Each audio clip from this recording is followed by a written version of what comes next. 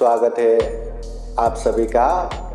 आप लोग देख रहे हैं बुद्धास टीचिंग चैनल और हम यहाँ महाकारुणिक तथागत बुद्धा और उनके शिक्षाओं के विषय में चर्चा करते हैं।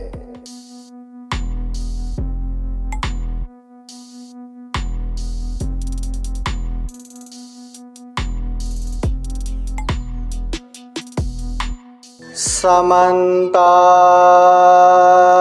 चक्रवालेषु अत्रा गच्छन्तु देवता सातमं मुनिराजस्य शृण्वन्तु सद्गमोक्षदम् धम्मश्रवणकालो अयं भदन्ता धम्मश्रवणकालो अयं भदन्ता धम्मश्रवणकालो अयं भदन्ता। नमो तस्सा भगवतो अरहतो सम्मा सम्बुद्दस्सा। नमो तस्सा भगवतो अरहतो सम्मा सम्बुद्दस्सा। नमो तस्सा भगवतो अरहतो सम्मा सम्बुद्दस्सा। सर्वपापसकरणं कुशलसौपसम्पदा सचेतपरियोदापनं एतं बुद्धानुशासनं।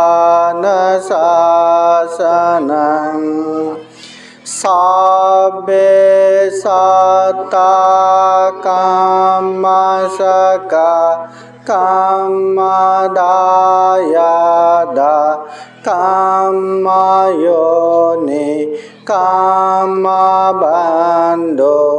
कामपतिशरणा यं कामं करिष्यन्ति कल्याणं वा पापकं वा तत्सदायदा भविष्यन्ति। यानि करोति पुरुषो तानि पश्यति आत्मनो कल्याणकारि कल्याणं पापकारि च पापकं। यादिशं वपते बीजं तादिशं हरते फलं। न अन्तलिखेन समुद्रमध्ये न पापतानं विवरं भविष्यति।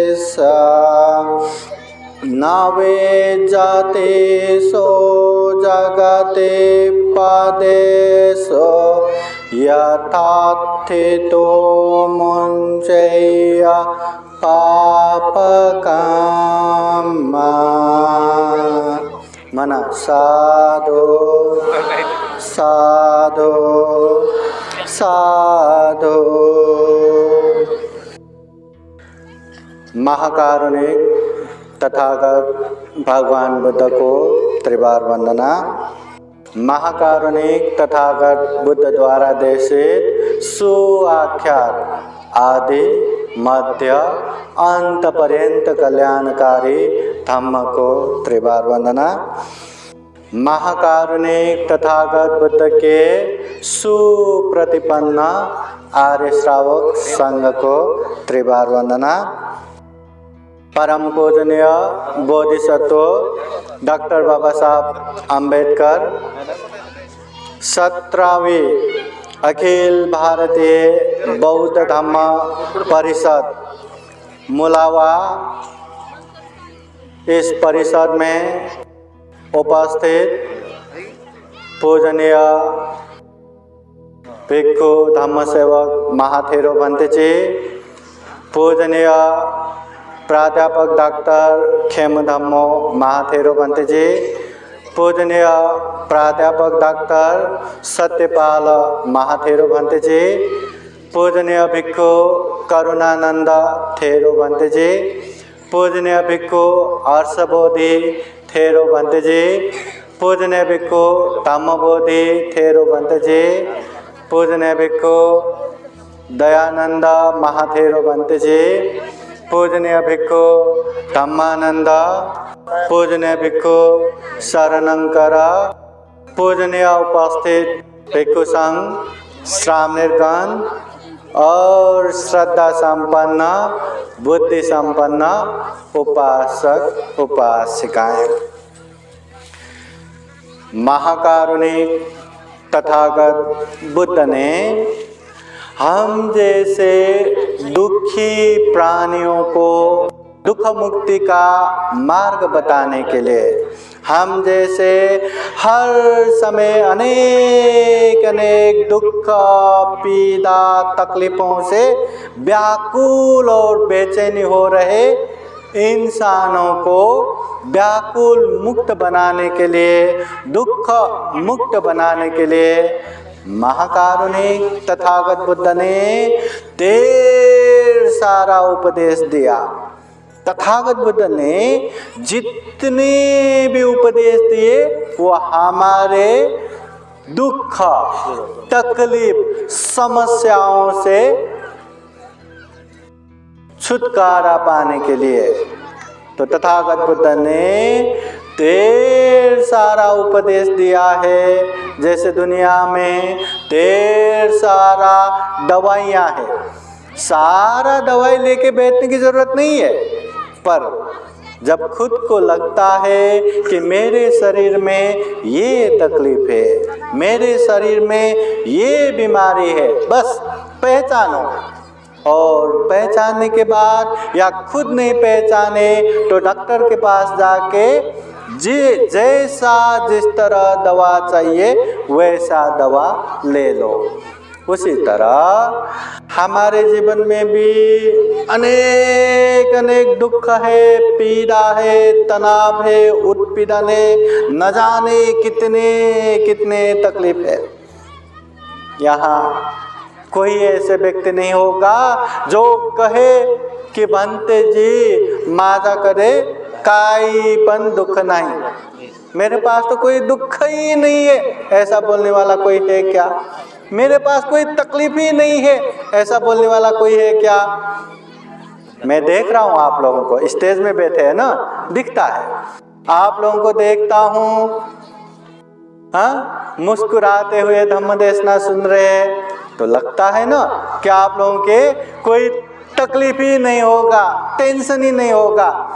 अरे जब अकेले बैठेंगे अनेक अनेक विचार भाव तरंग आएंगे, तो ऐसे टेंशन, ऐसे चिंता, हर व्यक्ति में तनाव है, चिंता है।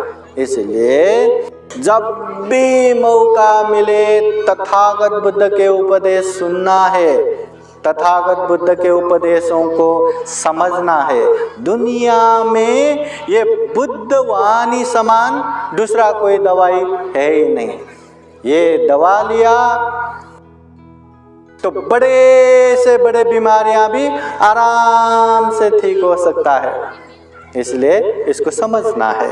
तो सबसे पहले खुद को किस तरह का दवाई चाहिए वो भी पहचानना है।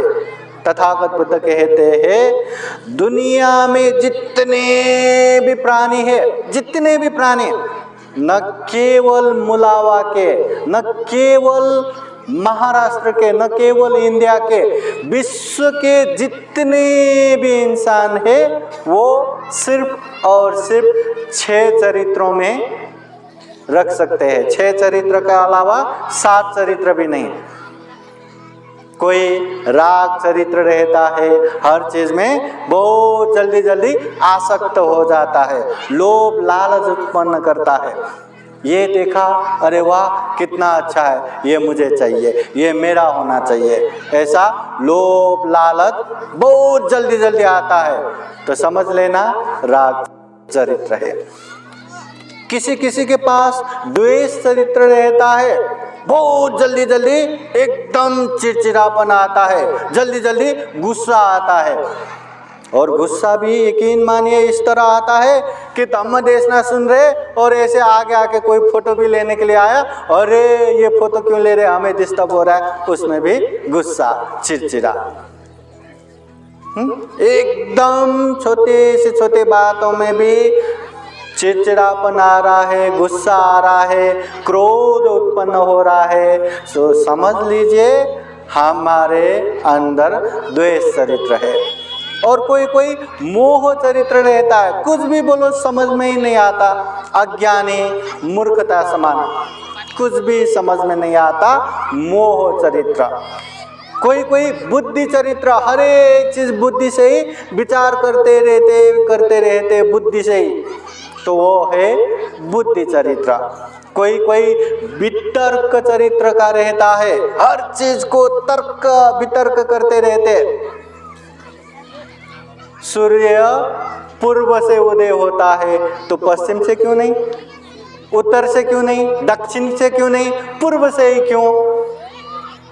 कि पंत जी वंदा में सुखी हो, क्या मैं दुखी हूँ? मतलब इस तरह से हर एक चीज में तर्क वितर्क करते रहना। किसी किसी का आदत रहता है बिना काम का तर्क वितर्क करते रहता है, तो समझ लेना वितर्क चरित्र। और कोई कोई श्रद्धा चरित्र का रहता है, जो भी बात बोले बहुत जल्दी विश्वास करता है, साधु साधु साधु तुरंत विश्वास करता है। कोई कोई रहता है ना, उसको बोलना समझाना बहुत आसान रहता है, बहुत जल्दी विश्वास में आता है, तो वो है श्रद्धा चरित्र। इस तरह राग चरित्र, द्वेष चरित्र, मोह चरित्र, बुद्धि चरित्र, वितर्क चरित्र, श्रद्धा चरित्र, दुनिया में जितने भी इंसान है ये 6 ही चरित्र में आता है, इसके अलावा 7वां चरित्र भी नहीं है। तो समझना हमारे अंदर कौन सा चरित्र है। ऐसा नहीं कि सारे के सारे नहीं होगा, थोड़ा थोड़ा तो हर किसी में होगा। राग भी होगा, द्वेष भी होगा, मोह भी होगा, बुद्धि वितर्क श्रद्धा सब होगा, मगर एक ऐसा चरित्र जो हमें ज्यादा ही हावी होता है। कोई जल्दी जल्दी गुस्सा ही करता है, कोई हर चीज में एकदम आसक्त होकर बैठता है, कोई न कोई एक चरित्र है। तो समझ लेना खुद में, दूसरे में नहीं, खुद में कौन सा चरित्र है।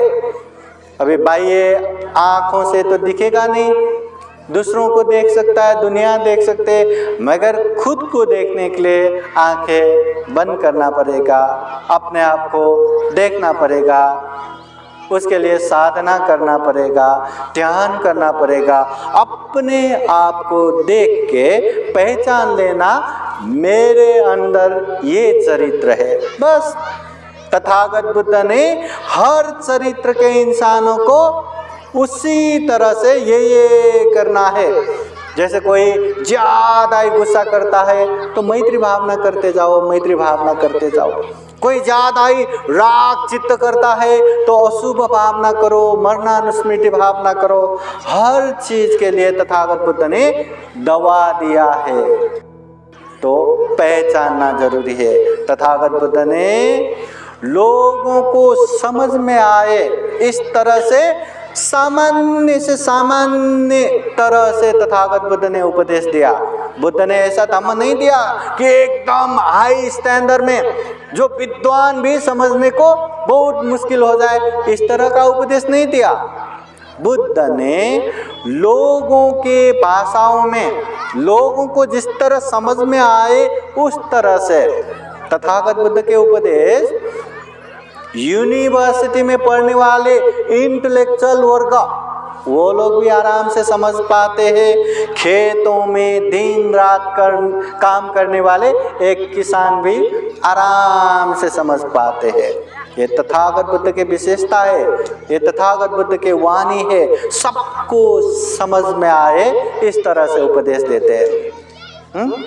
और तथागत बुद्ध के उपदेश लोगों को समझ में आता है तो समझ जाते हैं तो अच्छा है बुरा है वो समझ जाते हैं, फिर अच्छा है तो अभ्यास करेंगे, बुरा है तो दूर रहेंगे। इसलिए महाकारुणिक तथागत बुद्ध ने बुद्ध गया के बोधि वृक्ष के नीचे बुद्धत्व ज्ञान प्राप्त करने के बाद, बुद्ध बनने के बाद गांव नगर जनपद देश देशांतर चारिका करते हुए बहुजन हिताय बहुजन सुखाय के लिए ढेर सारे उपदेश दिए। बहुजन हिताय बहुजन सुखाय के लिए तथागत बुद्ध ने ढेर सारे उपदेश देके गए हैं। तो वो उपदेश तथागत बुद्ध के बाद जो कुशीनगर में महापरिनिर्वाण हुआ, उसके बाद तथागत बुद्ध के वाणी को धम्म और विनय के रूप में बुद्ध के अरहत शिष्यों ने संग्रह करके रखा, संगायना करते करते संग्रह किया। वही धम्म और विनय को सम्राट अशोक के समय में जो तृतीय बौद्ध संगायना हुआ, उस समय धम्म और विनय को त्रिपिटक के रूप में संग्रह किया। सुत्त पिटक, विनय पिटक, अभिधम्म पिटक, ये त्रिपिटक के रूप में तथागत बुद्ध के वाणी संग्रहित है। ये सारा त्रिपिटक में 84,000 धम्मस्कंद है। 82,000 धम्मस्कंद स्वयं तथागत बुद्ध ने उपदेश दिया, बाकी 2,000 धम्मस्कंद बुद्ध वाणी सुन के उनके शिष्यों ने उपदेश दिया हुआ। तो इतने विशाल बुद्ध वाणी का सारांश रूप में तथागत बुद्ध ने सप्ततिंश बोधिपक्षे धम्म, उसको भी एकदम सारांश में निकाल के शील समाधि प्रज्ञा के रूप में बताया है। और तथागत बुद्ध ने ये सारे धम्मों को सारांश रूप में एक गाथा द्वारा भी बताया।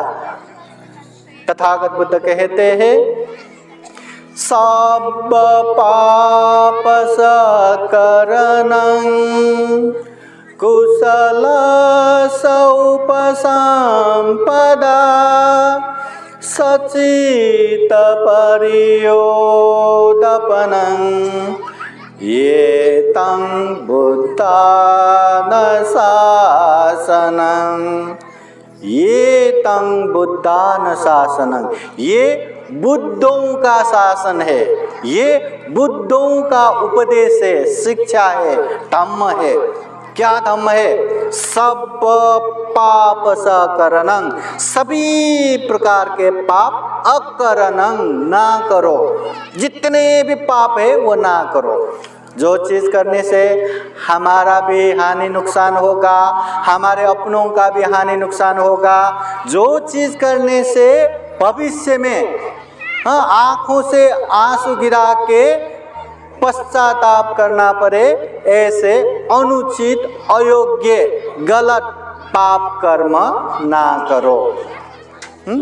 जितने भी पाप है, चाहे ये शरीर से, चाहे वो वाणी से, चाहे वो मन से, जितने भी पाप है वो ना करो। जैसे हम पंचशील प्रार्थना करते हैं, उसमें भी शरीर से 3 तरह का पाप करने वाला आता है। पानातिपाता, प्राणी हिंसा करना, अदिन्ना दाना, चोरी करना, कामेषु मिथ्याचारा, काम मिथ्याचार, व्यभिचार करना, ये शरीर से करने वाला पाप है, ना करो। वैसे वाणी से भी 4 तरह का पाप करते हैं। हाँ, मुसावादा, असत्य झूठ बोलते हैं, पिसून वाचा, चुगली करते हैं, संभपलाप वाचा, निंदा चर्चा करते हैं, फिर फरूसा वाचा, कड़ा अपशब्द बोलते हैं, गाली गलौज देते हैं। ये वाणी से करने वाला पाप है, इसे ना करो। फिर तथागत बुद्ध कहते हैं ये मन से भी 3 तरह का पाप करते हैं। अविद्या, व्यापाद, मिथ्या दृष्टि। हाँ, अविद्या, हर चीज में लोभ लालच उत्पन्न करके बैठना। व्यापाद, अनेक तरह से गुस्सा द्वेष उत्पन्न करके बैठना, चिड़चिड़ा होके बैठना। और मिथ्या दृष्टि होके बैठना, सही को सही, गलत को गलत ना पहचानना। सही किया तो सही होगा, गलत किया तो गलत होगा, ये न जानना, मिथ्या दृष्टि होना। तो ये मन से करने वाला पाप है। तो चाहे शरीर से करने वाला हो, चाहे वाणी से करने वाले हो, चाहे मन से करने वाले हो, ऐसे पाप से दूर रहना है। कुशल उपसंपदा, जितने भी कुशल है, अच्छे है, पुण्य है, उसे करते जाओ। चाहे वो शरीर से हो, वाणी से हो, मन से हो। चाहे वो श्रद्धा पूर्वक दान देने वाला हो, चाहे शील पालन करने वाला हो, चाहे अपने आप को देखने के लिए ध्यान भावना करने वाला हो, चाहे धम्म देशना सुनना हो, चाहे कुछ दान देना, कुछ भी, जो भी अच्छे है उसे करते जाओ। सचित्त परियोदपनं, अपने चित्त को परिशुद्ध करो। दूसरे का नहीं, खुद का, अपने चित्त को परिशुद्ध करो। तथागत बुद्ध कहते हैं मनसाचे पदुत्थेन, प्रदूषित मन से, गलत मन से, पासति वा करोति वा, अगर वो बोलेंगे या करेंगे तो ततोनं दुख मनवेति, ऐसे लोगों के पीछे पीछे दुख आता है। और दुख कैसे आता है? चक्कं वो वह तो परंग, वो बैलगाड़े के पीछे पीछे जो पारी वो पहिया पीछे पीछे आता है ना, वो बैलगाड़ा को अरे कितना भारी हो गया करके खुद वो अलग नहीं कर सकते। जहाँ गए वहाँ वो भारी पहिया पीछे आता है। बस पाप किया तो दुख उसी तरह आता है। गलत मन से हम बोलेंगे या करेंगे तो पाप होगा, पाप किया तो ऐसे बैलगाड़ा के पीछे पहिए की तरह दुख आता है। फिर तथागत बुद्ध इस तरह भी कहते हैं मनसाचे पसन्नेन, प्रसन्न मन से, अच्छे मन से, पासति वा करोति वा, अगर वो बोलते हैं या करते हैं तो ततोनं सुख मनवेति। अब देखिए उसके पीछे सुख आता है। और सुख कैसे आता है? छाया वन पायने, जब हम कहीं चलते हैं तो साया हमारे पीछे आते हैं। वो साया, वो परछाया आए करके हमें कोई भी तकलीफ नहीं होता, कोई भी भार नहीं होता। वैसे ही अच्छे मन से काम करने वालों को, अच्छे मन से बात करने वालों को सुख भी पीछे आता है। आप लोगों ने देखा होगा जीवन में कभी कभी कितने बड़े मुसीबत आ जाता है, कितने बड़े तकलीफ आता है, कभी कभी तो कितना बड़ा एक्सीडेंट होता है। और देखना अगर वो धम्म करने वाला हो, अगर वो पुण्य करने वाला हो, इतने बड़े एक्सीडेंट, इतने बड़े मुसीबत कहाँ कैसे खत्म हो गया पता ही नहीं चलेगा। मगर पाप करने वाला हो, गलत करने वाला हो, अकुशल करने वाला हो, देखना उसके जीवन में, उसके परिवार में छोटे से छोटे तकलीफ, मुसीबत या इश्यू आता है और वही बढ़ बढ़ के इतना बड़ा बड़ा इश्यू बन जाता है, इतना बड़ा बड़ा मुसीबत बन जाता है कि बम की तरह विस्फोट होता है। इसलिए पाप करने वाले को पाप फल ही भुगतना पड़ेगा और पुण्य करने वाले को पुण्य ही मिलेगा। अच्छा करने वाले को अच्छा ही मिलेगा, बुरा करने वाले को बुरा ही मिलेगा। ये तथागत बुद्ध भी कहते हैं और ये प्रकृति का नियम भी है। हम अच्छा करने गए तो हमें अच्छा ही मिलेगा। हम बुरा करके किसी को गाली गलौज दे के हाँ वो मुझे सम्मान करे, वो मेरा हजूर हजूर करे, तो ऐसा संभव नहीं है। तो हम दूसरों को सम्मान करेंगे तो हो सकता है वो भी हमारा सम्मान करे, मगर हम दूसरों को गाली गलौज देंगे तो निश्चित रूप से वो भी हमें गाली गलौज ही देगा। इसलिए तथागत बुद्ध कहते हैं जीवन में हमें अच्छा चाहिए तो अच्छा ही करना है, पुण्य ही करना है, धम्म ही करना है। अगर जीवन में गलत काम किया, अकुशल किया, पाप किया तो दुख, पीड़ा, तकलीफ यहाँ वहाँ से कहाँ से आता है पता ही नहीं चलता। और आता है जीवन में ढेर सारे दुख तकलीफ आता है, न जाने हमने क्या क्या गलत किया होगा, ये शरीर से, ये वाणी से, ये मन से। इसलिए तथागत बुद्ध कहते हैं अगर जीवन में दुख, तकलीफ, पीड़ा इनको कम करना है, दमन करना है, समन करना है तो पाप ना करो, कुशल कर्म करो। एक बार तथागत बुद्ध के पास श्रावस्ती नगर के तोदय ब्राह्मण के पुत्र शुभ मानव आके पूछते हैं, भगवान इस दुनिया में इंसान होके भी एक समान क्यों नहीं है? एक समान है क्या? दिखने में तो एक समान है, चेहरा है, हाथ है, पैर है, शरीर है, सबका वैसा ही है, मगर ध्यान से देखा जाए तो इंसान होके भी कितना यहाँ बदलाव है, कितना फर्क है।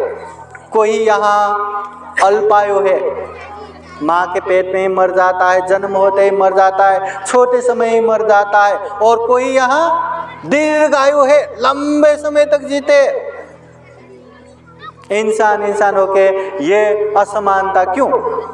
कोई यहाँ बहुत पैसे वाला है, इतना पैसा कि उसको ही पता नहीं कहाँ है क्या है, और किसी के पास पैसा ही नहीं, इतना दरिद्र, इतना गरीब कि सुबह खाया तो शाम को क्या खाऊं, शाम को खाया तो कल को खाने को मिलेगा कि नहीं।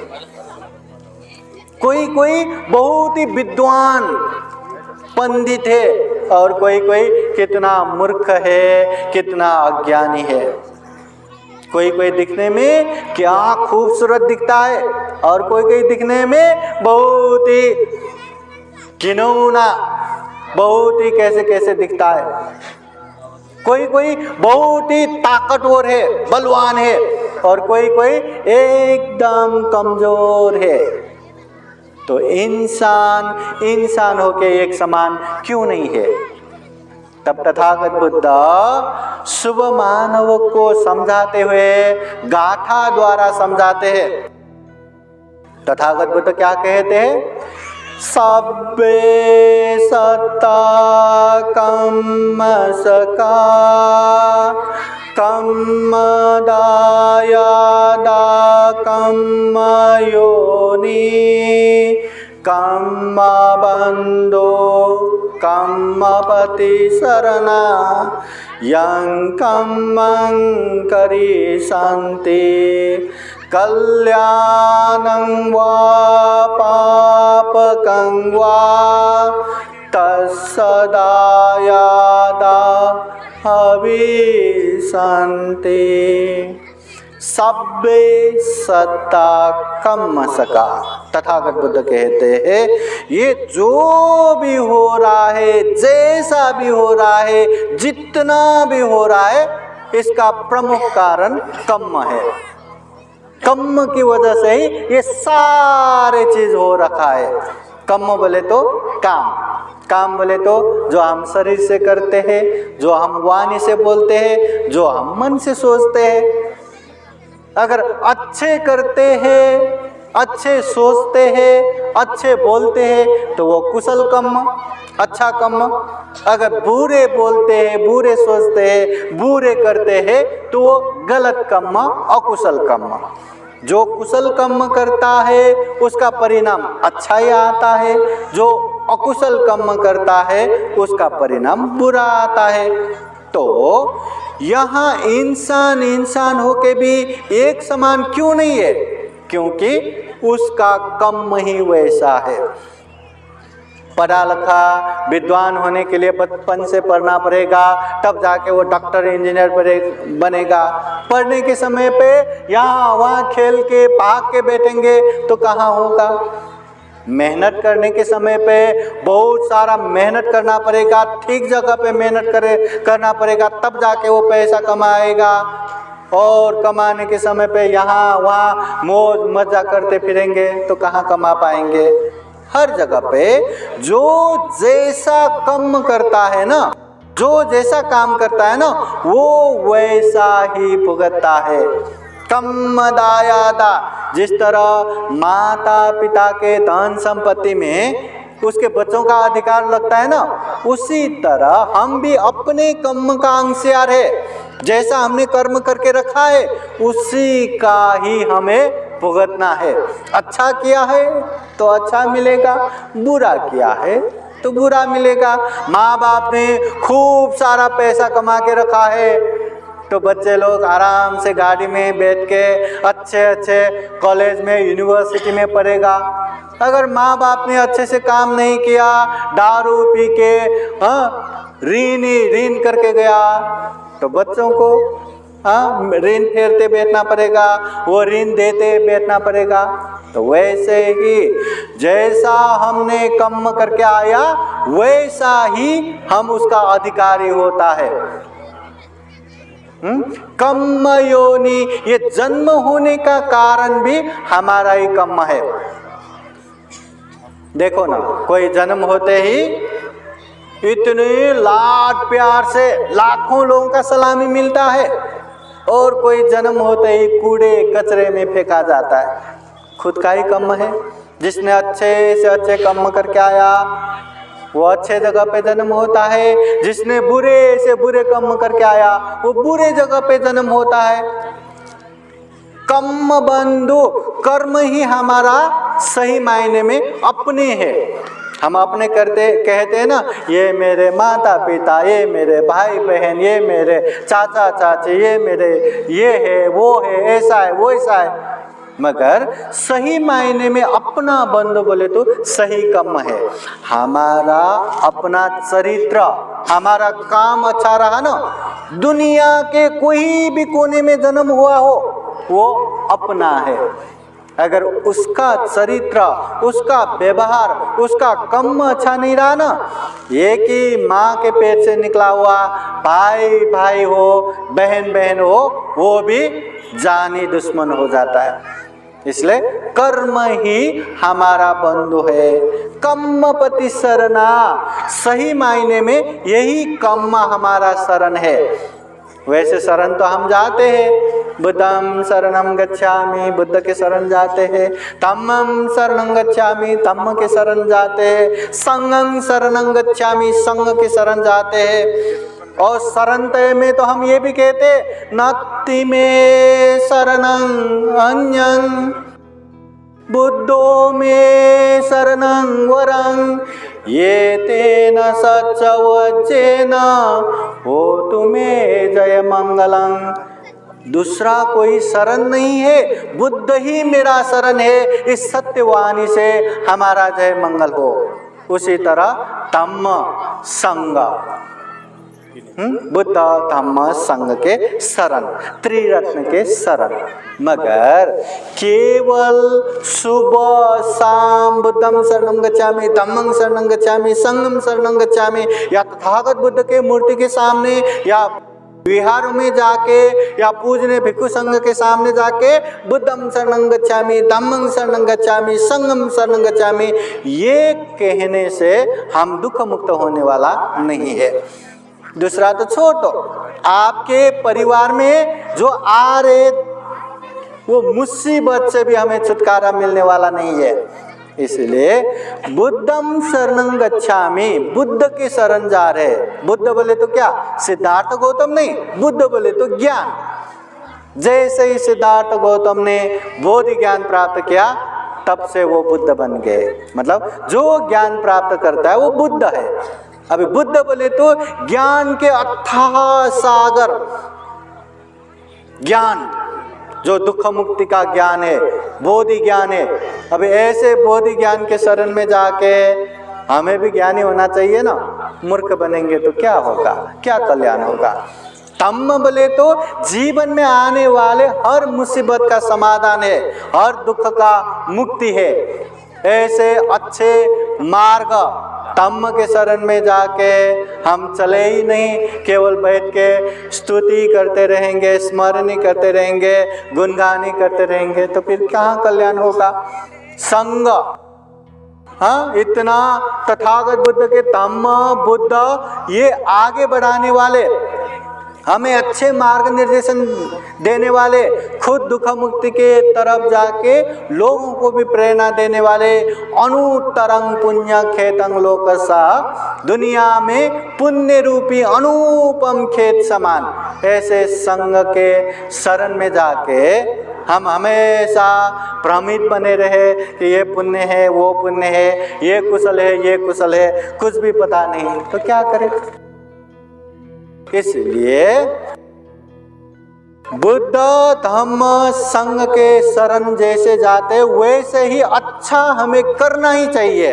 चरित्र से करना है, व्यवहार से करना है, काम से करना है, तब जाके हमारा कल्याण होगा। इसलिए तथागत बुद्ध कहते हैं ये कर्म पति शरणा, कर्म ही हमारा सही शरण है। यं कर्मं करी संति, जैसा हम कर्म करते हैं, कल्याणं व पापकं व, चाहे अच्छा हो या बुरा हो, तस्सदायादा भविष्यन्ति, वो वैसा ही फल भुगतेगा। जिसने अच्छा किया अच्छा ही परिणाम आया, जिसने बुरा किया बुरा ही परिणाम आया। तो तथागत बुद्ध कहते हैं वो शुभ मानव को इस दुनिया में इंसान होके एक समान ना होने का कारण यही कर्म है। जिसका अच्छा हुआ है उसने अच्छा कर्म करके आया, जिसका बुरा हुआ है निश्चित रूप से उसने बुरा कर्म करके आया। इसलिए हमें अच्छा होना है तो अच्छा ही कर्म करना पड़ेगा। ये तथागत बुद्ध के कर्म सिद्धांत है। यहाँ कोई ऐसे अलौकिक देवता नहीं है, ईश्वर नहीं है कि आप लोगों को चलो इसको थोड़ा दुख ही दे दे, चलो इसको थोड़ा सुख ही देते हैं, चलो इसको अच्छे जगह पे लाते हैं, चलो इसको कूड़े में फेंकवा देते हैं। ऐसा करने वाला कोई नहीं है, हम खुद है। हमने जैसा कर्म किया वैसा ही परिणाम आया। इसलिए तथागत बुद्ध कहते हैं अत्ता ही अत्तनो नाथो कोई नाथो परोसिया। अत्ता ही अत्तनो नाथो, हम खुद के मालक खुद ही है, हमारे कोई और मालक नहीं है। अच्छा करना है तो हमें ही करना है, बुरा करना है तो हमसे ही हो जाएगा। अच्छा परिणाम आता है तो वो हमारे अच्छे कर्म है, बुरा परिणाम आता है वो भी हमारे ही बुराई का नतीजा है। अभी हम यहाँ धम्म परिसर में बैठे हैं ना, हाँ, धम्म परिसर में बैठे हैं, पूजने भिक्षु संघ के सामने बैठे हैं, धम्म देशना सुन रहे हैं। ये पुण्य है कि धम्म है? कुशल है कि अकुशल है? कुशल है ना, पुण्य है ना, इसलिए हम पुण्य कर रहे हैं, इसलिए यहाँ जमा हुए हैं। मगर अच्छे पुण्य कर्म में रह के भी, बैठ के भी आप लोग सामने बैठ के धम्म देशना नहीं सुन पा रहे हैं, बस मन व्याकुल करके बेचैन होके बैठे हैं, खुद का ध्यान इधर उधर ही जा रहे हैं और बाह्य चीज़ों का महसूस कर रहे हैं कि इतना बड़ा पाल रखे हैं, हमें कितना गर्म हो रहा है, अब क्या करूं क्या करूं, ऐसे बेचैनी होके बैठते हैं। तो कानों में इतना अच्छा धम्म देशना सुनाई दे रहा है, मगर समझ पाएंगे क्या? नहीं समझ पाएंगे। अगर समझ ही नहीं पाएंगे तो उसका वो धम्म रस कहाँ महसूस होगा, वो धम्म का तरंग कहाँ उत्पन्न होगा? बस मन में तो एकदम व्याकुलता, चिड़चिड़ाई आएगा, अरे इतना गर्म हो रहा है, अरे इतना तकलीफ हो रहा है, अरे कब जाने को मिलेगा, अरे कब खाने को मिलेगा। बैठे तो पुण्य कार्य में ही है, बैठे तो कुशल जगह पे ही है, मगर कुशल जगह पे, अच्छे जगह पे बैठ के भी हम अच्छे कर रहे या बुरे कर रहे, ये हमारे हाथ में है। एक बार विशाखा उपासिका अपने ससुर मृगार सेठ को सोने के थाली पे अच्छे से अच्छे भोजन खिला रहे थे और साथ में बैठ के पंखा ऐसे हवा दे रहे थे। उसी समय बाहर से एक श्रमण, एक भिक्षु भिक्षाटन के लिए आते हैं। वैसे मृगार सेठ श्रद्धावान नहीं था, वो किसी को दान भी नहीं देता, पर विशाखा श्रद्धावान 7 साल के उम्र में, 7 इयर्स के उम्र में बुद्ध के उपदेश सुन के वो श्रोतापति फल में पहुंच चुके थे, इसलिए उनमें तो श्रद्धा है। वो चाहती थी कि जो अपने चौखट पे आए, दरवाजे पे आए, भंते जी को कुछ भिक्षाटन दे, पर ससुर सामने है तो खुद होके जाना भी अच्छा नहीं, मतलब ये ससुर का अपमान हो जाएगा, इसलिए वो हवा देते देते, पंखा ऐसे हवा देते देते दरवाजे की तरफ जो भंते जी वो ससुर को दिखे उस तरह से वो अलग अलग करके बैठते हैं। मगर वो मृगार सेठ, उसके ससुर भी कितना भी सामने करे फिर भी उसको देखना न पड़े करके वो एकदम नीचे करके वो खाना खा रहे। विशाखा उपासिका ने कितना प्रयास किया कि ससुर जी उनको देखे, थोड़ा दान दे, पर देखता ही नहीं, नीचे चुपके ही खा रहे थे। तब विशाखा समझती है कि ये ससुर जी दान देने वाले नहीं है, तो वो सीधे भंते जी को कहते हैं, भंते जी मेरे ससुर जी बासी भात खा रहे, बासी खाना खा रहे, इसलिए आप दूसरे जगह पे जाइए। ये बात सुन के मृगार से, उन जमाने के करोड़पति धनाढ्य सेठ, उसमें इतना अहंकार, इतना अभिमान, और अपने बहू अभी आए बहू और वो मुझे बासी खाए, सोने की थाली में इतना अच्छे खाना खा रहे और कहती है बासी खाना खा रहे, सोने के थाल वहीं पटक के गुस्से से चला जाते।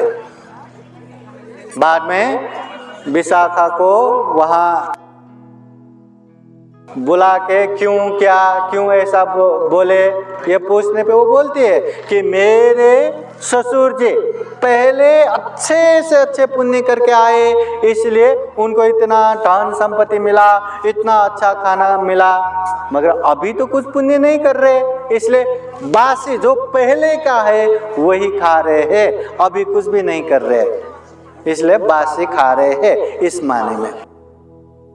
इसलिए तथागत बुद्ध कहते हैं, यानी करोति पुरुषो तानी पश्यति आत्मनो, जो इंसान जैसा करता है उसको वैसा ही परिणाम आएगा। कल्याणकारी कल्याणं पापकारी च पापकं, जो अच्छा करता है उसे अच्छा ही परिणाम आएगा, जो बुरा करता है उसे बुरा ही परिणाम आएगा। बुद्ध कहते हैं, या दिशं वपते बीजं तादिशं हरते फलं, खेतों में जैसा बीज हम बोएंगे वहाँ वैसा ही फल आएगा। धान का बीज बोएंगे तो धान ही आएगा, गेहूं का बीज बोएंगे तो गेहूं आएगा, धान का बीज बो के हम प्रार्थना करें कि गेहूं आए, ये संभव नहीं। और गेहूं का बीज डाल के वहां धान आए, ये संभव नहीं। जैसा हम करते हैं वैसा ही परिणाम आएगा। इसलिए पहले हमने अच्छा किया था, इसलिए अभी अच्छा हो रहा है। अभी अच्छा करेंगे तो बाद में भी अच्छा होगा। पहले हमने कुछ बुरा किया था, इसलिए अभी बुरा हो रहा है। अभी बुरा करेंगे तो बाद में भी बुरा होगा। ये कर्म फल सिद्धांत है। जैसा हम कर्म करेंगे, जैसा एक्शन करेंगे वैसा रिएक्शन आएगा। जैसा हम काम करेंगे वैसा ही परिणाम आएगा। पहले अच्छा किया था, अभी अच्छा हो रहा है। अभी अच्छा करेंगे तो बाद में भी अच्छा होगा। पहले बुरा किया था, इसलिए अभी बुरा हो रहा है। अभी बुरा करेंगे तो बाद में भी बुरा होगा। ये कर्म फल सिद्धांत है। इसलिए जो जैसा करता है वो वैसा ही भुगतता है। इसलिए तथागत बुद्ध ने धम्म पद में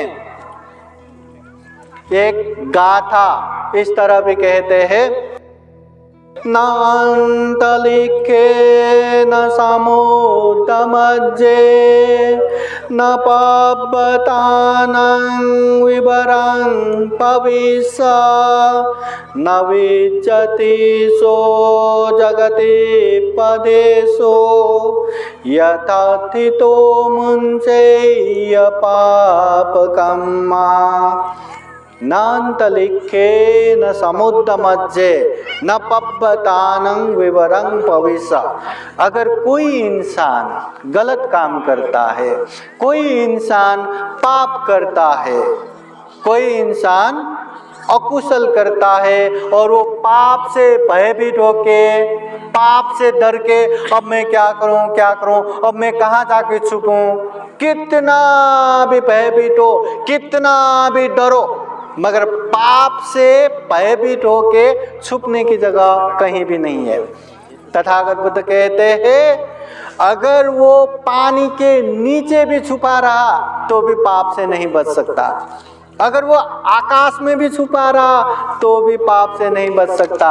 अगर वो जमीन में, कंदराओं में, पहाड़ों में, गुफाओं में भी छुप के बैठा तो भी पाप से नहीं बच सकता। कोई पाप करता है तो पाप से बचने की जगह कहीं भी नहीं है, कहीं भी नहीं है। कोई पाप करता है तो उसका भुगतना ही पड़ेगा। अगर हमने कुछ गलत किया ना तो उसका गलत परिणाम भुगतना ही पड़ेगा। मैंने पाप किया, अब मैं क्या करूं करके बच के भागने की जगह कहीं भी नहीं है।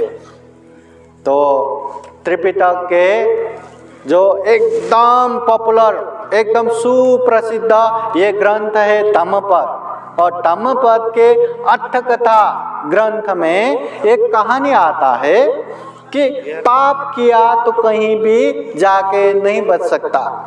तो वो कहानी मैं आप लोगों को संक्षिप्त में सुना देता हूं, ध्यान से सुनिए। एक बार महाकारुणिक तथागत बुद्ध के पास से भिक्षु लोग ये दुख मुक्ति निर्वाण तक पहुंचने का जो उपदेश सुन के, चलो अभी हम कहीं दूर जंगल में वर्षावास रहने जाएंगे, ध्यान करेंगे और दुख मुक्ति के लिए प्रयास करेंगे करके एक समूह भिक्षु वहां से निकला। और निकल के अभी अच्छे जगह कहाँ मिलेगा, जहाँ जंगल गांव से ज़्यादा दूर भी नहीं होना चाहिए ताकि भिक्षाटन के लिए समस्या ना हो, और ज़्यादा नज़दीक भी नहीं होना चाहिए क्योंकि बच्चे लोग सब लोग वहाँ खेलने आएंगे तो ध्यान होगा नहीं। तो ऐसे ढूंढते गया तो एक जगह मिला, नज़दीकी गांव। तो सारे उपासक उपासिका ने प्रार्थना करके बनते लोग आप लोग यहीं वर्षावास रहिए करके भोजन के लिए 500 भिक्षु भोजन के लिए तैयारी किया। भोजन, इतने सारे भिक्षुओं को भोजन बनाने के लिए बड़े बड़े पतले में वहाँ खाना बन रहा था, आग जला रहा था। वहाँ एक घटना होता है, एकदम अलौकिक घटना। वो घटना क्या होता है, वो आग जलाते जलाते अचानक से एक टुकड़ा आग उठ के आकाश की तरफ जाता है और उसी समय आकाश में उड़ते उड़ते आए हुए एक कौवे वो आग के लपेट में आ जाता है और वहीं गिर के तड़प के मर जाते हैं सबके सामने। तो ये देख के सारे उपासक उपासिकाएं सोचने लगते, अरे ये क्या हुआ, जो आकाश में उड़ने वाले पंछी और ये जमीन का आग, अचानक से जमीन का आग आकाश में जाना और वो पंछी उसके लपेट में आना, ये क्या होगा रहेगा, क्यों हुआ रहेगा। फिर पंते लोगों के मन में भी रहा इसका कोई न कोई तो वजह होगा, चलो जब हम तथागत बुद्ध के पास जाएंगे तो निश्चित रूप से बुद्ध से पूछेंगे करके वो लोग वर्षावास समापन होने के बाद बुद्ध के पास जाते हैं ये पूछने के लिए। एक समूह। दूसरा एक समूह का क्या हुआ, एक दूर गांव में भिक्षु लोग वर्षावास रहे। 3 महीना वर्षावास पूरा होने के बाद उन लोगों को लगा चलो अभी हम भगवान बुद्ध से मिलने जाएंगे। तो वो लोग आए, आते आते एक बहुत बड़ा सागर पार करने के लिए जहाज से जाना था, तो वो लोग जहाज में चढ़ के आ गए। तो ऐसे जहाज में चढ़ के बहुत सारे लोग हैं जहाज में, जाते सागर के बीच में जैसे पहुंचा अचानक से वो जहाज बन गिर गया। अब कितना समस्या, कितना मुसीबत, हाँ, बीच सागर में जहाज बन गिर गया। अब क्या करे, तो वहां सारे लोगों ने, जो जहाज चलाने वाले सारे लोगों ने क्या हुआ, क्या ऐसा मुसीबत आया करके सारा चेक किया, पर जहाज में कोई भी खराबी नहीं है, न मशीन का, न इसका, न उसका, कोई भी खराबी नहीं है। तो उस समय एक विश्वास, तो वो विश्वास निकालने लगा कि हो न हो हमारे जहाज में कोई तो ऐसा पापी व्यक्ति है, अलक्षण जिसे बोलते हैं ना पापी, कोई तो ऐसा पापी व्यक्ति है जिसकी वजह से ये जहाज ऐसे ही रुका पड़ा, और ऐसे रुका है जैसे कि उसको बांध के ही रखा हो, हिल ही नहीं रहा। तो कोई तो पापी होगा। अभी पापी कैसे पहचान करे, तो एक चिन्ह लगा के सबको बांध दिया कि जो भी पापी होगा उसको उठा के जहाज से फेंकना है, वो भले ही मरे तो मरे पर जहाज तो जाएगा। तो ऐसा करके वो चिन्ह लगाया। अभी हर कोई तो डर जाएगा ना, खुद को वो आया तो खुद को तो मरना तय है, सब डर डर के वो चिन्ह ले रहा है। और जिसको वो पापी अलक्षण करके वो चिन्ह गया ना, वो किसको गया, जहाज चलाने वाले जो कैप्टन है ना उसके बीवी, जो अभी शादी करके लाए थे, और वो भी इतना खूबसूरत, इतना गहने पहन के अच्छे से सजे हुए, उसको लगा। वो कैप्टन ने नहीं ये ठीक नहीं हुआ, फिर एक बार करेंगे। अभी कैप्टन ने बोला तो क्या कर सकते हैं, फिर किया। ऐसा एक बार नहीं, 2 बार नहीं, 3 बार वही पापी करके उसी को गया। अब क्या करें, और ज़्यादा करने को बोलेंगे तो लोग भी गुस्सा होंगे। तो कैप्टन ने भी, अभी यही पापी होगा, अब क्या कर सकते हैं, चलो ठीक है अभी इसको नदी से फेंक दो। फिर बोलते ठहरो, जो भी हो ये मेरी बेबी है, हाँ, मुझे वो तड़पते हुए मैं नहीं देख सकता, तो ऐसा करो कि उसको कोई तो भारी चीज से बांध दो ताकि नदी में फेंकते ही वो नीचे डूबे, हमें तड़पते हुए ना देखे।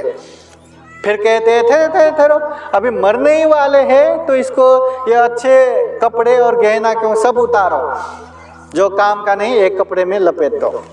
तो वैसा ही करके सारा गहना उतरवा दिया, सारा नए कपड़े उतरवा दिया, पुराना एक कपड़े में लपेट के एक भारी चीजों से बांध के सागर में फेंक दिया।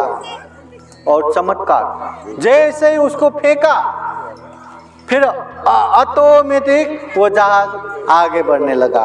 तो ये देख के जहाज में सफर कर रहे भिक्षु लोग सोचने लगते हैं कि ऐसा क्या हुआ रहेगा, वो लड़की ने ऐसा क्या पाप किया रहेगा जो इतने सारे लोगों के बीच में वो सिर्फ अकेले पापी होके जीते जी पानी में डूब के मरना पड़ा, क्या हुआ रहेगा। चलो भगवान बुद्ध से पूछते हैं।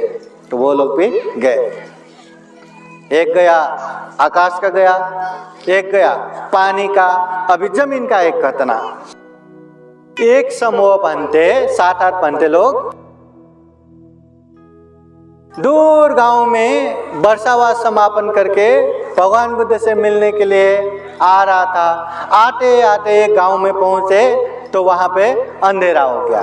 अबे अंधेरे में चलने का तो बात ही नहीं है, तो वहां कोई विहार है क्या रहने के लिए। गए तो एक विहार, एक पंथे, तो वहाँ छोटा सा जगह है और पंथे लोगों के लिए रहने लायक नहीं है। तो वो पंथे कहते हैं यहाँ नज़दीक पहाड़ है, वो पहाड़ में गुफा बनाया हुआ है और वहाँ अच्छे से रहने की जगह है। तपस्वी लोग वहाँ बहुत समय बैठ के ध्यान भी करते हैं। आप लोगों को वहाँ व्यवस्था करें क्या? ठीक है, वहाँ कर दिया।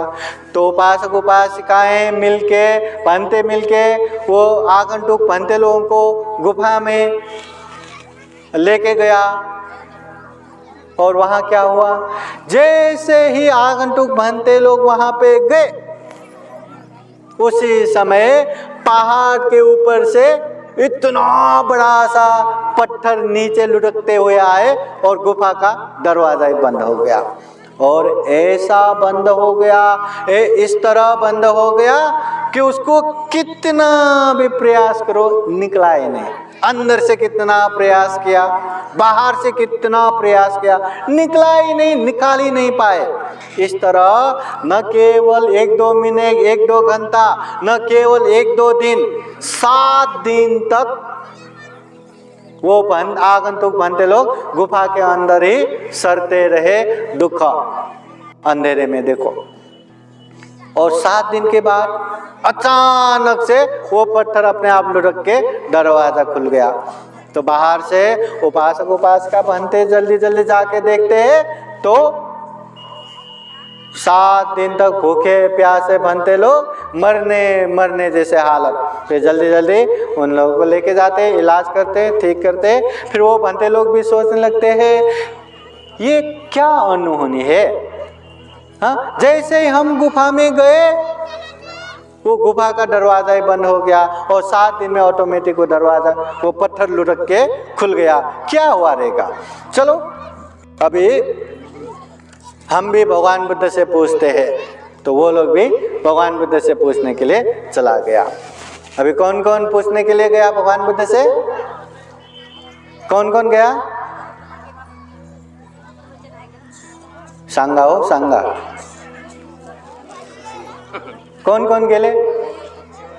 हाँ, एक गए आकाश में उड़ते हुए पंछी, जमीन के आग से झुलस के मर गया तो वो बनते लोग पूछने के लिए गए। दूसरा, जहाज में इतने सारे लोगों के बीच में एक जवान अभी शादी हुई औरत पापी अलक्षण होके पानी में डूब के मर गए। और तीसरा, स्वयं बनते लोग ही 7 दिन 7 रात तक गुफा में कैद हो गए। तो वो पूछने के लिए भगवान बुद्ध के पास गए। भगवान बुद्ध के पास पहुंचते हैं, वंदना करते हैं, सारा कुशल अकुशल बात करने के बाद अपनी अपनी बातें रखते हैं। तो सबसे पहले ये जो आकाश में उड़ते हुए पंछी जमीन के आग से झुलस के जल के मरना पड़ा, क्यों? तो तथागत बुद्ध कहते हैं वो भी उसी का कर्म है, उसने जैसा किया वही परिणाम उसको आया है। तो क्या परिणाम? तथागत बुद्ध तो सर्वज्ञ है, हाँ, सम्यक संबुद्ध है, उनको तो सब पता है। तो तथागत बुद्ध कहते हैं किसी एक जन्म में वो एक किसान होके जन्म हुआ था, उसका एक बैल था, वही बैल को लाद के वो खेतों में जोतते थे। मगर बैल ऐसा कि एक बार बैठ गया तो उठता ही नहीं, कितना भी प्रयास करो उठता ही नहीं, उठता ही नहीं। तो खेत जोतते जोतते ऐसे बैठते और उठता ही नहीं, काम करना है, कितना मतलब एक बार नहीं, 2 बार नहीं, कितना चिड़चिड़ापन आता है ना। तो एक बार तो ऐसे बैठ गया, कितना प्रयास किया, उठा ही नहीं, उठा ही नहीं, उठा ही नहीं। वो किसान को इतना गुस्सा आया, देखो ना गुस्सा भी कितना खतरनाक है। इतना गुस्सा आया, वहाँ जो खेतों में रखा हुआ वो सूखा वो धान का ऐसा वो जो रहता है ना सूखा हुआ, वही चीज वो बैल के ऊपर डाल के आग लगा दिया। कितना गुस्सा, जिंदा जला दिया।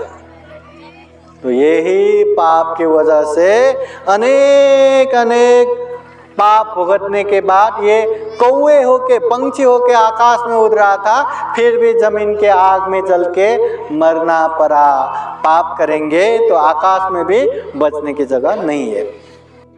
फिर दूसरा जो पूछते हैं उसका तथागत बुद्ध कहते हैं कि पानी में इतने सारे लोग जहाज में है, सिर्फ वही औरत पापी होके क्यों मरना पड़ा। तो कहते हैं किसी एक जन्म में वो भी एक किसान की बीवी होके जन्म हुई थी। किसान खेतों में काम करते थे, तो वो खेतों में काम करने वाले को खाना ले जाके देना, अनेक सहयोग करना करते थे। मगर जिस गांव में वो रहती थी वहाँ एक कुत्ता हमेशा उसके पीछे पीछे पीछे पीछे आते थे। कितना भी उसको दूर करो फिर भी पीछे पीछे पीछे पीछे आते थे, पीछे पीछे आते थे। तो सारे गांव के लोग उसको बहुत मजाक करते थे, अरे अरे अरे देखो आज ये औरत शिकारी कुत्ता लेके शिकार को जा रहे, आज हरिन का मांस खाने को मिलेगा। ऐसा अनेक अनेक मजाक उड़ाते थे। तो उसको बहुत गुस्सा आता, कितने उसको मारा, दूर किया, फिर भी वो पीछे पीछे पीछे पीछे आते रहते। अभी जिसको होता है उसको बहुत गुस्सा आता है, दूसरे का हुआ तो इतनी सी बात, इसमें भी क्या गुस्सा, ऐसा होता है। पर खुद को होता है ना, बहुत इरिटेट होता है, बहुत ही चिड़चिड़ापन आता है, बहुत ही गुस्सा आता है। एक बार नहीं, 2 बार नहीं, एक दिन सुबह से अपने पति खेतों में काम कर रहे, वो खाना लेके गए, वो फिर भी पीछे पीछे पीछे पीछे कितना दूर किया, कितना मारा, कितना गाली दिया, फिर भी पीछे पीछे पीछे पीछे। इतना गुस्सा, उतना गुस्सा, अब क्या करूं क्या करूं। तो गांव से खेतों में गए, खाना वाना खिलाया, वो वापस आया, फिर भी आ रहा है। फिर उसको इतना गुस्सा आया, लौटते समय एक तालाब था, तो उसने जो खाना लेके गया था ना, एक वो बर्तन, उसमें तालाब से एकदम बालू रेती भर दिया, उसको रस्सी से बांध दिया। फिर वो कुत्ते को आह करके बुलाया। हमेशा गुस्सा करने वाली, हमेशा मारने वाली, इतने प्यार से बुलाए तो कुत्ता भी पूंछ हिला हिला के दौड़ के आती है। जैसे नजदीक आया, उसको पकड़ के वही रस्सी से बांध के तालाब में फेंक देता है। अभी वो रेत से भरा हुआ बर्तन की वजह से बाहर से वो कुत्ता वहीं डूब के तड़प तड़प के मर गया। इस तरह जो निर्दोष प्राणी को मार के आया, वो पाप से न जाने कितना कितना कितना दुख भुगतने के बाद ये समय में भी सैकड़ों लोगों के सामने पापी होके पानी में डूब के मरना पड़ा। मतलब जो उसने किया वैसा ही फल उसने भुगता, डूब गया। अब कितना बाकी है? एक बाकी है। कौन सा बाकी है?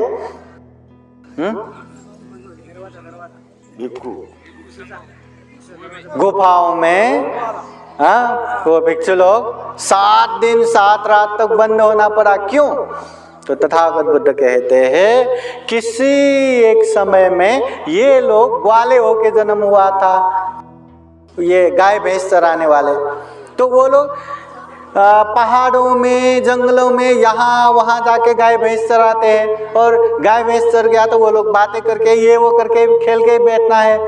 तो एक समय एक गोट जैसा एक प्राणी, ये गोही जैसा छोटा सा प्राणी रहता है ना, वो प्राणी देखा तो वो लोग पीछे पीछे जाके उसको पकड़ने के लिए, मारने के लिए भागा।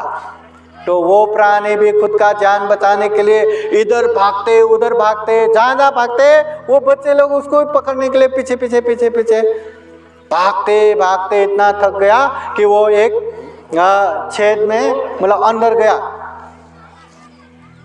तो समय देखा, रात का समय भी होने शाम का समय है, अभी गाय भैंस पे लेके जाना है, चलो इसको कल पकड़ेंगे करके वहां जहां जहां से निकलने की जगह है तो सारा का सारा बंद करके उसको वहीं बंद करके कल आऊंगा करके वो लोग गए। अभी गाय भैंस चराने वाले हमेशा एक ही जगह तो चराते नहीं, कभी यहाँ कभी वहाँ, ऐसे चराते चराते भूल गए वो लोग। और 7 दिन बाद जब वहीं से वो लोग गुजर रहे थे तो याद आया, अरे हमने यहाँ वो प्राणी को बंद किया था, चलो चलो देखो देखो। वो पत्थर वत्थर निकाल के देखा तो वहां से 7 दिन 7 रात तक वो बंद हुए वो गोद प्राणी वहां से निकलता है, तलते गिरते, मरा नहीं है। और उसको देख के मारते भी नहीं है, छोड़ देते, पर 7 दिन 7 रात तक इस तरह बंद करके रखा ना, तो वही पाप की वजह से भिक्षु होके भी पहाड़ के ऐसे जगह पे गुफाओं में भी 7 दिन 7 रात तक बंद होके रहना पड़ा। तो तथागत बुद्ध कहते हैं उन लोगों ने जैसा कर्म किया वैसा ही भुगता, जैसा उन लोगों ने पाप किया वैसा ही परिणाम भुगतना पड़ा। इसलिए बुद्ध कहते हैं अगर कोई पाप करता है, अगर कोई गलत करता है तो वो पाप से बचने की जगह न पानी में है, न आकाश में है, न पहाड़ जंगल गुफाओं में है। समझ रहे क्या? अगर पाप करेंगे तो पाप से बचने की जगह यहां कहीं भी नहीं है। समझ ले का? हम पाप करेंगे तो कहीं जाके भी हम पाप से नहीं बच सकते। और एक चीज, अगर हमारे पास 100 रुपया है, कितने रुपया? 100 रुपया। अगर वो 100 रुपया 2 लोगों को 50-50 रुपए दिया तो हमारे पास कितना बचेगा? कितना बचेगा? शाबाश, 0, कुछ भी नहीं बचेगा।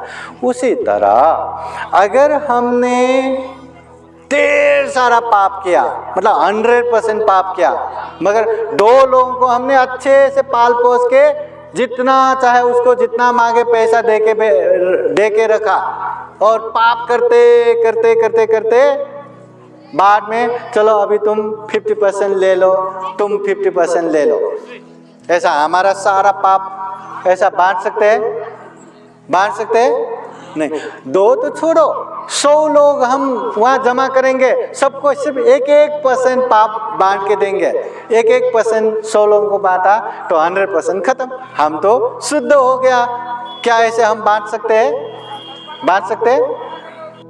कितना अच्छा होता ना ऐसे बांटने को मिलता तो, कितना अच्छा होता। जिंदगी भर खाओ पियो मौज करो, जो मर्जी वो करते रहो, जो मर्जी वो बोलते रहो, जो मर्जी वो सोचते रहो, कुछ भी करो, बस जाने से पहले अपने लोग या किसी को नौकर चाकर को या पैसा देके संपत्ति देके कैसे भी हो मेरा पाप ले लो करके बांट के हम आराम से स्वर्ग जाते हैं, आराम से सुगति जाते हैं।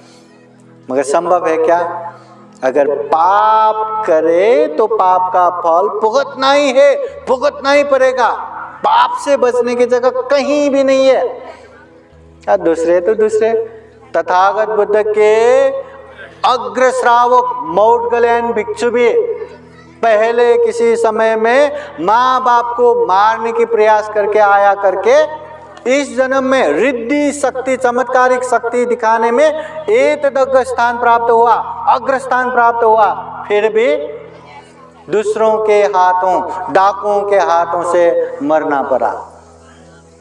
दूसरे तो दूसरे, तथागत बुद्ध देखो, तथागत बुद्ध जिसने 10 पारमिता, दान पारमिता, शील पारमिता, नैष्कर्म पारमिता, वीर्य पारमिता, प्रज्ञा पारमिता, शांति पारमिता, सत्य पारमिता, अधिष्ठान पारमिता, मैत्री पारमिता, उपेक्षा पारमिता, जिसने ये 10 पारमिता पूर्णतः कंप्लीट किया और 10 पारमिता, 10 उपपारमिता, 10 परमत पारमिता, 30 पारमिता पूर्ण किया, जो सम्यक संबुद्ध बना, जो अरहत बना,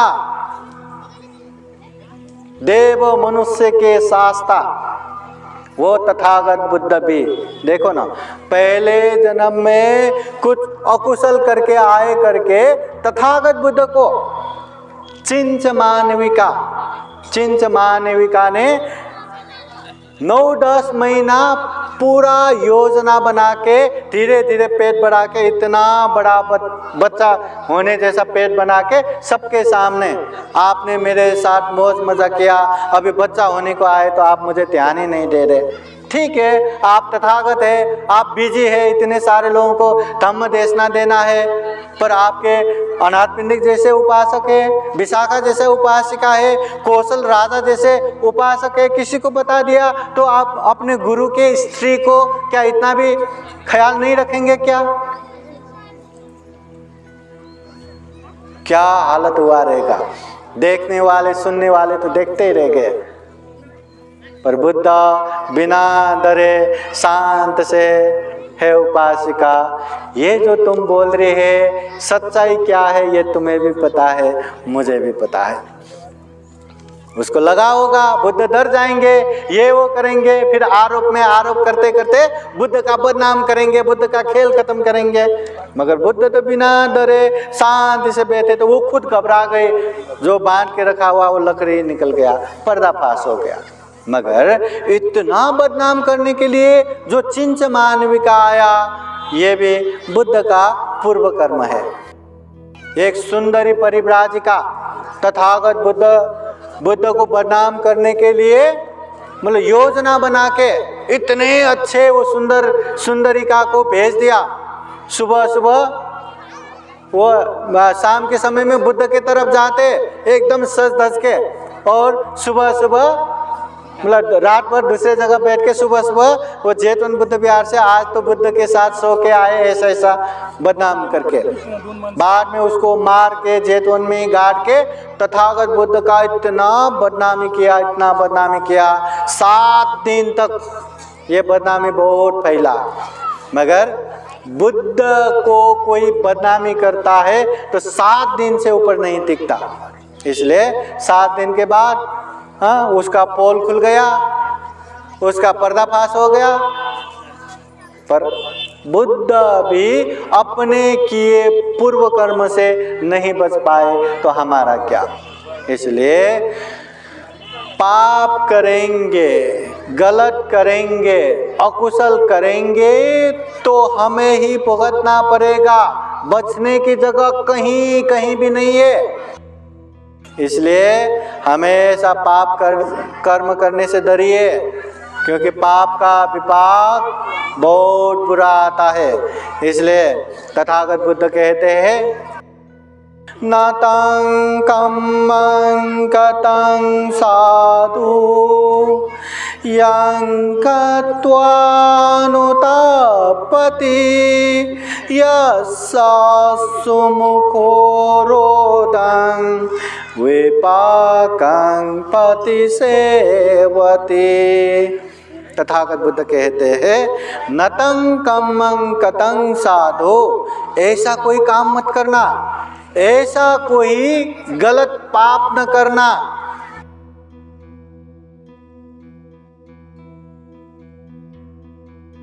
नतं कम्मं कतं साधु, ऐसा कोई पाप न करना, कोई गलत काम न करना जिसका परिणाम भुगतते समय आपको पश्चाताप करना पड़े, आंखों से आंसू गिरा के एकदम तरप के बैठना पड़े, जिसका परिणाम बुरा भुगतना पड़े। ऐसा कोई काम मत करना, भूल के भी मत करना। ऐसा न शरीर से, न वाणी से, न मन से कोई भी काम मत करो जिससे तरफ तरफ के आंखों से आंसू गिरा के रोना पड़े। फिर तथागत बुद्ध कहते हैं, तंच कम्मं कतं साधु यं कत्वा नानुतापति यस्सपतितो सुमनो विपाकं पतिसेवते। तंच कम्मं कतं साधु, ऐसे काम करो, उस तरह का काम करो जो काम करने से हमें कोई भी पछतावा ना हो, बाद में आंखों से आंसू गिरा के रोना न पड़े। ऐसे अच्छे से अच्छे काम करो जिससे आपको प्रसन्नता मिले, जिससे आपको शांति मिले, जिससे आपको आनंद मिले। जीवन में कभी भी याद आए, अरे उस समय हमने इतना अच्छा पुण्य किया था करके मन में प्रसन्नता भाव आए, शारीरिक रूप से मानसिक रूप से एकदम प्रीति भाव, आनंद भाव, प्रसन्नता भाव आए, ऐसा काम करना चाहिए। इसलिए जो हम कर्म करते हैं वही हमारा है, उसी से हमारा सब होता है। इंसान में फर्क होने का कारण भी यही है, ये कर्म सिद्धांत। जो जैसा कर्म करता है उसका वैसा ही परिणाम आता है। पहले अच्छा किया था तो अभी अच्छा हो रहा है, अभी अच्छा करेंगे तो बाद में भी अच्छा ही होगा। पहले बुरा किया था, अभी बुरा हो रहा है, अभी बुरा करेंगे तो बाद में भी बुरा होगा ही। तो इस तरह से जो विश्वास करते हैं, ये कर्म फल सिद्धांत, मतलब जो कर्म करता है उसका परिणाम आता ही है। अच्छा करेंगे तो अच्छा ही, बुरा करेंगे तो बुरा ही। इसलिए दुनिया में कोई भी बुरा करता है तो बुराइयों से बचने की जगह कहीं भी नहीं है, न आकाश में, न समुद्र में, न जमीन में। इसलिए पाप से दूर रहना चाहिए। जो भी आप याद करेंगे, जो भी आप देखेंगे या जो भी आप सुनेंगे, दुनिया में जिसने भी पाप किया है, जिसने भी गलत किया है, उन लोगों का परिणाम भी बहुत भयंकर हुआ है। कोई भी आराम से मरा नहीं है, तरप के मरा है, बेचैनी होके मरा है। ये जीवन में ऐसे मरा है तो मरने के बाद निश्चित रूप से दुर्गति ही जाएगा। इसलिए अच्छा करने वाले, पुण्य करने वाले यहाँ भी आराम से रहेगा, अस्मिन् लोके परमे च, यहाँ भी आराम से रहेगा, वहाँ भी आराम से रहेगा, इधर भी आराम से रहेगा, उधर भी आराम से रहेगा। अच्छे करने वाले हर जगह पे आराम से रहेगा। आता मला सांगा, हमें अच्छा चाहिए कि बुरा चाहिए? शांति से रहना है कि बेचैनी से रहना है? जीवन में बहुत बड़े तकलीफ चाहिए या आराम से टेंशन मुक्त जीवन जीना है? ये कोई करके देने वाला कोई बैठा हुआ नहीं है, न बुद्ध, न बाबा साहब, न बड़े कोई नहीं है। अगर आप शांति से रहना चाहते हैं तो वो आपके हाथ में ही है। आपको ही करना है, पुण्य करना है, धम्म करना है, पाप से दूर रहना है। नहीं, शांति से ज्यादा मुझे अशांति में ही मजा आता है, मुझे दुख में ही मजा आता है, तो करो पाप, करो गलत काम। दुख तो कितना आएगा, पीड़ा कितना आएगा, तकलीफ कितना आएगा, ये हमारे हाथ में है। इसलिए अच्छा करना है तो अच्छे चीज सुनना चाहिए, अच्छे ज्ञान लेना चाहिए, उसको समझ के अभ्यास भी करना चाहिए। समय समय पे धम्म देशना सुनना चाहिए, समय समय पे धम्म की चर्चा करना चाहिए। जहाँ जैसा मौका मिले धम्म का माहौल बनाना चाहिए और ढेर सारा बुद्धवाणी सुन के समझ के व्यवहार में भी पालन करना चाहिए। पालन किए बिना, कर्म अच्छा किए बिना हमारा जीवन अच्छा होने वाला नहीं है, हमारी वजह से अपनों का अच्छा भी होने वाला नहीं है। ये बात स्पष्ट रूप से जान लीजिए, समझ लीजिए। फिर एक बार यही कामना करते हैं। आज विशेषतः भारतीय बौद्ध ज्ञान अलंकार शिक्षण संस्था मुलावा द्वारा आयोजित ये 17वां अखिल भारतीय बौद्ध धम्म परिषद है। इस अवसर पे आप लोग पूजनीय भिक्षु संघ द्वारा अच्छे से धम्म देशना सुन रहे हैं। ध्यान से, एकाग्र चित्त से, श्रद्धा चित्त से आप लोग धम्म देशना सुनिए, समझिए और जितना अच्छे से धम्म देशना सुनेंगे, समझेंगे, उतना अभ्यास भी कर पाएंगे और जितना अभ्यास कर पाएंगे उतना ही हमारा जीवन कल्याण होगा, अच्छा होगा। अभी धम्म देशना देने के लिए दूसरा भंते आ रहा है, तब तक मैं एक फूल आप लोगों को दिखाता हूँ। दिख रहा है फूल? दिख रहा है? अभी फूल का एक गोष्ठी सांगू लागले। हाँ, ठीक है ना भंते जी? ये फूल है, मेरे हाथ में है, गिर गया, मुझे गिराना ही था, गिर गया पहले ही। ये फूल मेरे हाथ में है, अभी ये फूल गिर गया। अभी मैं सोचता हूँ मैं भंते हूँ, भंते में भी अभी महाथिर हो गया, हाँ, पाली में पीएचडी करके डॉक्टर बन गया, तो मैं क्यों उठाऊं? मुझे बहुत सारा बुद्ध वंदना आता है। चलो, नमो तस्स भगवतो अरहतो सम्मा सम्बुद्धस्स इति पिसो भगवान् सम्मा सम्बुद्धो विचारण संपन्नो सुगतो लोकविदो अनुतरो पुरुष धम्म सारथि सत्तादेव मनुष्यानं बुद्धो भगवायते। ये फूल मेरे हाथ में आया क्या? आया? नहीं आया, जाओ दिया। मुझे परित्राण भी आता है, चलो मैं परित्राण करता हूँ। एवं मे सुतांग एकं समयं भगवा सावत्यां विहरति जेतवने अनाथ भिन्दिकसारामे अधिको अन्यतरा देवता विकंताय रत्या अभिकंतवन्ना केवल कपं जेतवनं ओभासे त्वाये न भगवाते नुपसंकमे। ये फूल मेरे हाथ में आया क्या? नहीं आया? तो मला सांगा, मुझे बताइए, अगर मैं ऐसा प्रार्थना करता रहूं, पूजा करता रहूं, स्तुति करता रहूं कि ये फूल मेरे हाथ में आया, हाथ में आए, कब तक आएगा? कब तक आएगा ये फूल मेरे हाथ में? कब तक? नहीं आएगा। हो सकता है मेरा प्रार्थना इतना एकाग्र हो गया, मुझ में एकदम रिद्धि शक्ति आ गया, चमत्कारिक शक्ति आ गया और ये तन उड़ के मेरे हाथ में आ भी गया। वो कितने न जाने कितना है ना।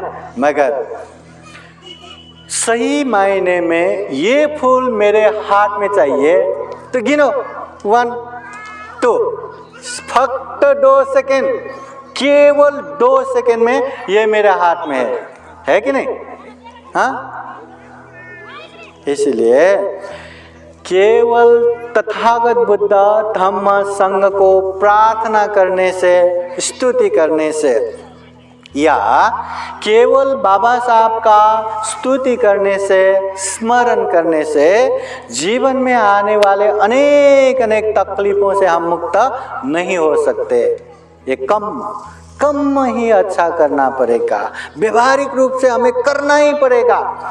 अरे ये पंचशिला आप लोग जिंदगी भर लेता रहो, पानातिपाता वेरमणि सिक्खापदं समादयामि, मैं किसी को नहीं मारूंगा। आप दिन में 1 बार नहीं, 2 बार नहीं, 50 बार, 100 बार, 1000 बार कहते रहो।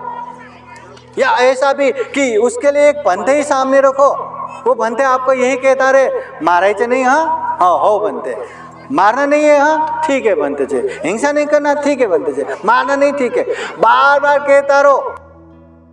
मगर आप लोगों को रियलाइज नहीं हुआ, महसूस नहीं हुआ।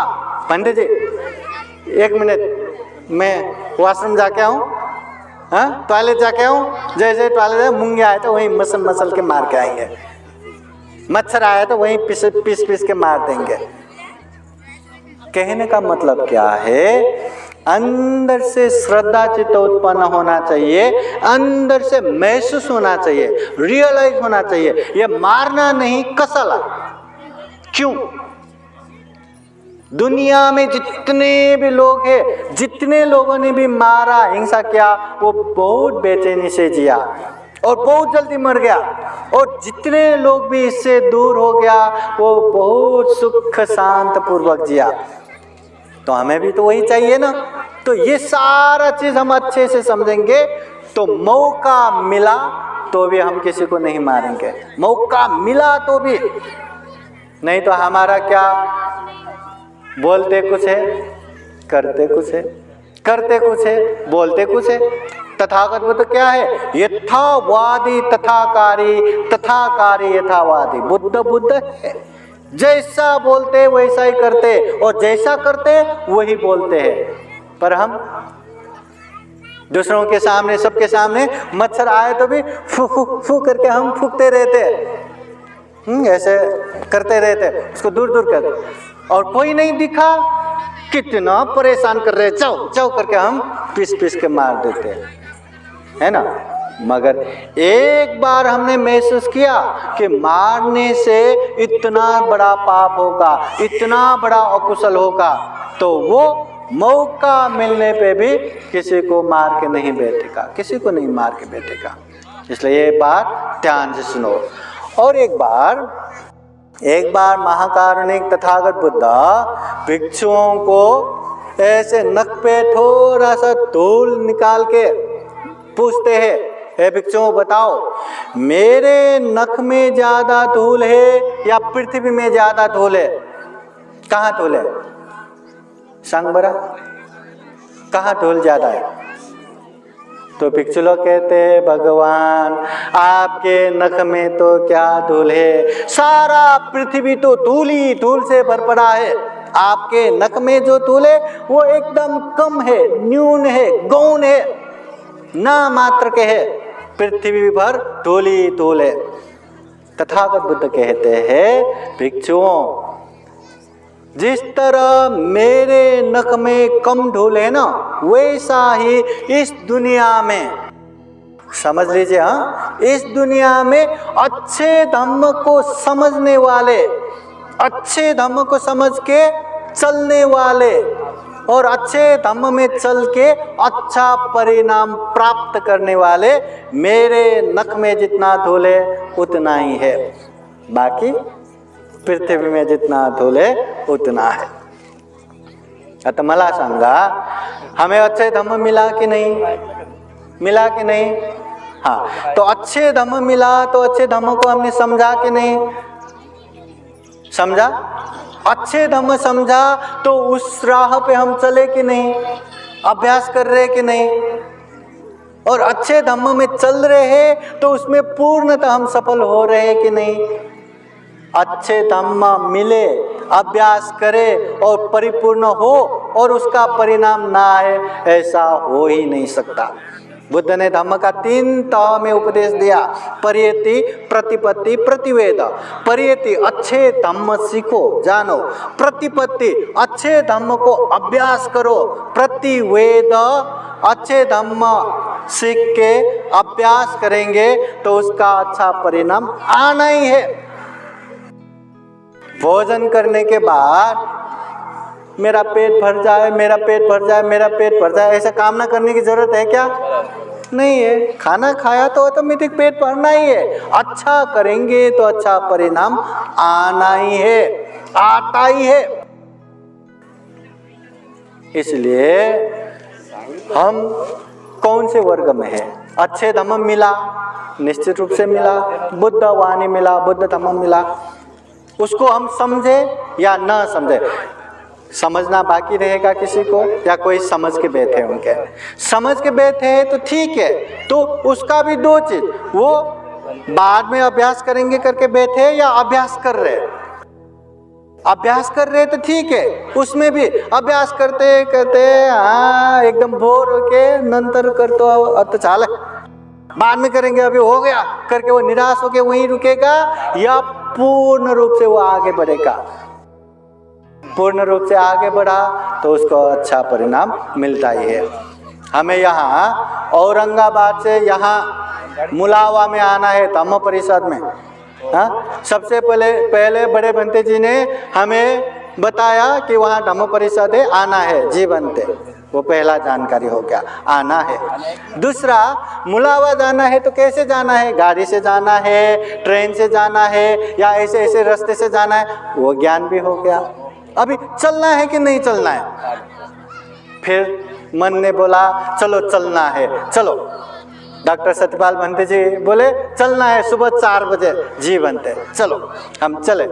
और चलते चलते कहीं हम रुक गए 7-8 बजे नाश्ते के लिए, और वहाँ पहुँचने के बाद अगर हमने भंते जी बहुत दूर आ गए फिर भी पहुँचा नहीं, और तो चाले नको जाएंगे नहीं, अब यहीं से वापस जाएंगे करके हम वहीं से वापस जाते तो यहाँ पहुँचते क्या, पहुँचते नहीं पहुँचते ना। हम पूर्ण रूप से वहाँ से भी, चाहे रास्ता खराब हो, कैसा भी कच्चा रास्ता हो, हम वहाँ से आते आते आते आते यहाँ पहुँच गए। वैसा ही धम्म को अच्छे से समझना है, जो समझे धम्म को उसको अभ्यास करना है, परिपूर्ण होता है, उसका अच्छा परिणाम मिलेगा। एक चीज बताइए, आप लोग बहुत सारा काम लेके घर से निकल पड़े, और निकलते निकलते आप लोगों के सर पे आग लग गया, अब क्या करोगे? लगने दो आग, अपना ही सर है, अपना ही आग है, मैं इतना बिजी हूँ, इतना काम लेके निकला हूँ, पहले सारा काम करूँगा, सारा काम खत्म करूँगा, बाद में आराम से ये आग बुझाऊंगा करके सारे काम करके बैठते हैं क्या? बैठते हैं क्या? क्या करेगा? जैसे ही आग लगा सारा काम छोड़ छाड़ के भूल भाल के वो आग बुझाने को दौड़ेगा, बराबर ना? वैसा ही हमारे जीवन में भी जरा जीर्ण रूपी आग जल रहा है। न चाहते हुए भी हम बुढ़ापे की तरफ दौड़ रहे, न चाहते हुए भी हम बीमारी की तरफ दौड़ रहे, न चाहते हुए भी हम मरण की तरफ दौड़ रहे। ऐसे जीवन में अगर हम दुख मुक्ति की तरफ आगे नहीं बढ़ा तो जीवन कब खत्म हुआ पता ही नहीं चलेगा। इसलिए जीवन का पहला प्राथमिकता, पहला प्रायोरिटी यही होना चाहिए कि जीवन में दुख है और दुख मुक्ति भी है तो दुख से मुक्ति की तरफ जाना है, उसी में हमें हमारी कल्याण है। अन्यथा न जाने हम कितने कितने दुख भुगतेंगे हमें पता ही नहीं, हम कल्पना भी नहीं कर सकते। इतना अच्छा खासा इंसान है हम, हाथ सही सलामत है, पैर सही सलामत है, चेहरा सही सलामत है, शरीर सही सलामत है, पढ़े लिखे हैं, पंडित बने हैं, फिर भी क्या हम दुख मुक्त हो गए क्या? नहीं, इतना दुख, इतना परेशान, इतना टेंशन, ऐसे जीवन में इतना परेशानी है तो दूसरे इंसानों में कितना परेशानी रहेगा? हाँ बाबा, कितना परेशानी रहेगा? और इंसान तो इंसान दूसरे पशु पंछी में गया तो कितना परेशानी रहेगा? इसलिए संभालो, इतना दुर्लभ जीवन मिला है, इतना दुर्लभ बुद्धवाणी मिला है, इतना दुर्लभ बुद्ध के उपदेश मिला है, जितना हो सके धम्म को समझ के धम्म को आगे बढ़ना है। यही हमारी बुद्धिमानी है। हर कोई बुद्धिमानी बन सके यही कामना करते हैं। फिर एक बार जो हम पुण्य कर रहे हैं, धम्म देशना सुन रहे हैं, इस पुण्य के अनुभव से आप सभी के जीवन में खूब खूब सुख हो, शांति हो, मंगल हो, कल्याण हो।